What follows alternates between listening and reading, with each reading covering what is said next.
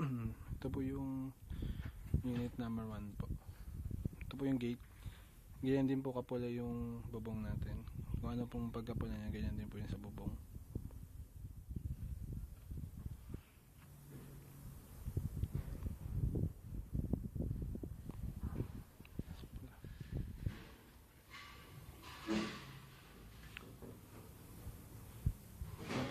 Ito po, kagagawa lang. Ito yun po. Pinula lang po yung cemento flooring po yan. Bali isang step po, tapos bago pa lang pinaka-entrance sa loob ng bahay. Tana.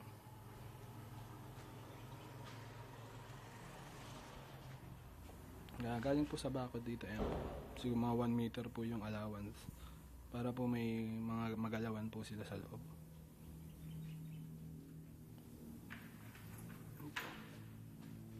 And then yung bitana po ng master. Nakabitan na po ng salamin. Yung ginamit po dyan ng salamin medyo tainted po, pero plain lang po siya. May salamin na po lahat ng bintana nung buong 4 na unit po. Alok po tayo. Ito yun po, ayan po, may salamin na po yung bintana. Ayan po, makita niyo po tita. Pag tinignan po galing sa labas, kung may sikat na araw po, magre-reflect po yung anino. O ngayon po yung sasakyan, o tapos yung anino po. So hindi po masyadong kita yung loob ng bahay. Dahil po magre-reflect lang siya sa salamin. Yan, bakit po tayo? Ito yung wall. Pinula na lang po to. Semento lang po to. Yung flooring po. Tapos pinula na lang po. Tayo.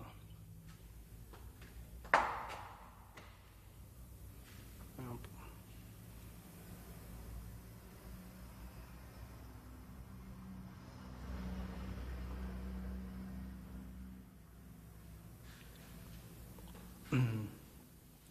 Ito po yung lababo.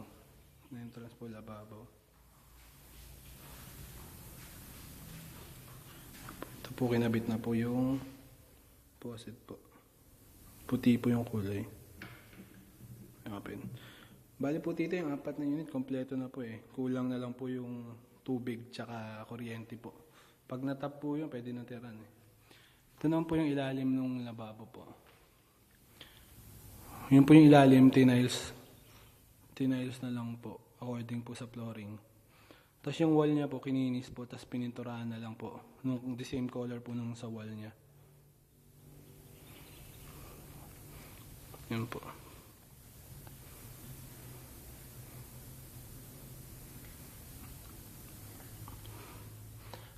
Ganun din po yung ginawa sa iba pang unit sa 4 po. Bali po, kompleto na po. Kasi po, tiniles na po kasi kakabitan na po siya ng mga pampinto po. Baka next week po makabit na po yun. Sinukatan na po kasi yan. Then, ito naman po yung cabinet. Handle na lang po yung kulang dyan. Pinturado na po yan ng yellow. Po yung loob. Yung ibabaw po yung mga lalagyan ng mga nakahanger. Then, ito po yung mga tinitigop na damit sa ilalim. Bilaan po yan. Then, kwarto. Yan po. Sa master po, nasa loob niya yung cabinet. Ito pong cabinet na po dito sa isang kwarto. Then, sink po. Ito po yung toothbrush yan. Po. Yung taas niya po yung ilaw na sinasabi po. Ayan po sa taas. Nakatapat po siya dyan sa toothbrush yan po. Ayan po yung ilaw. Ito po yung toothbrush yan po. So pag magtutoothbrush po, ito po yung outlet. Iilaw po yan. So yung ilalim po, ayan po. Pininturahan na lang po ng same colors yung sa wall nila.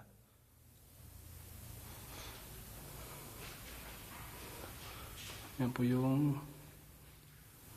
CR. Wala pa rin naman pong nagbago. Tapos na po. Yung mga bintana po, may salamin na po, kompleto na po yan. Buong 4 na unit po.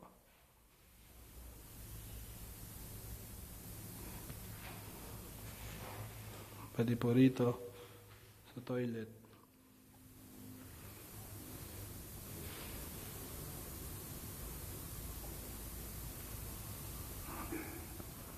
Pwede po dito sa isang kwarto. Yan po, may salamin na po sila lahat. Ayan po yung outlet. Pagpasok mo po sa pintuan ng kwarto, ayan po yung outlet. So, madaling buksan po para sa ilaw. Ayan po, tita. Yung pinakita ko po sa inyo yung interior, yung first unit po. Pare-pares na lang po siya ng 4 na unit. Sasarado na po yan. Tapos po, ng cabinet. Ito na po yung bago.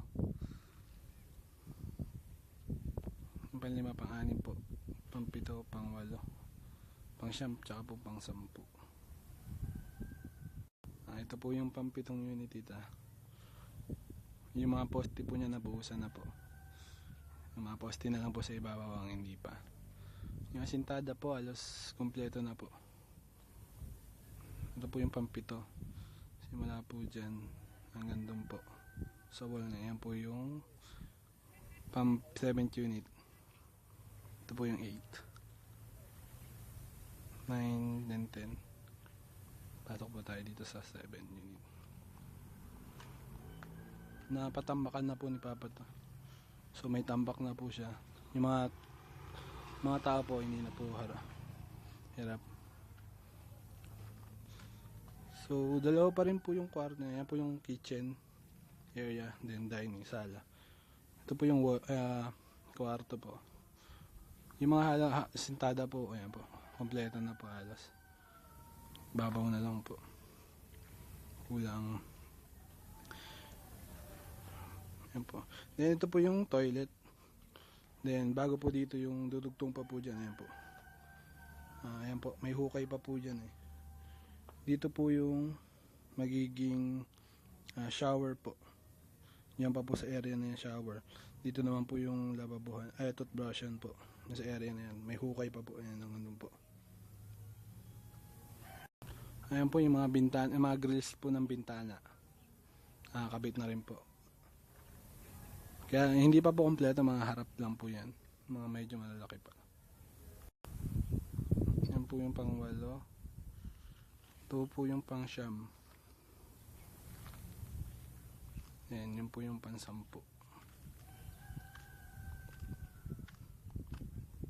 Dito po, ayan, wala pa po masyadong tambak.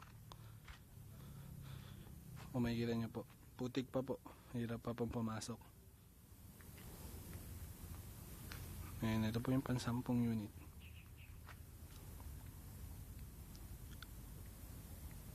Ito na po yung grills.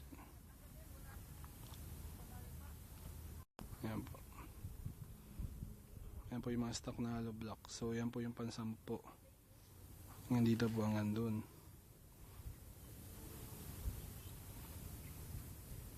Ayan po na, tita. Po, kompleto na po yung asintada po. Ayan, by next week po baka yung iba niyan palitada na po tayo. Mga next week or 2 weeks from now po. Mga iba dyan, makikita niyo po may palitada na. Ito na po yung second floor natin. Hindi pa po masyadong nagbabago. Focus po muna sila dun sa mga ibang unit po. Ito po ata ilalas kasi mahirap po to.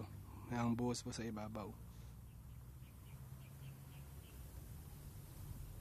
Pero nakaporma na po yan, bubuhusan na lang po. Kompleto na po yan sa forma. Alam ko po, ang mixer po, gagamit po tayo ng mixer para dyan.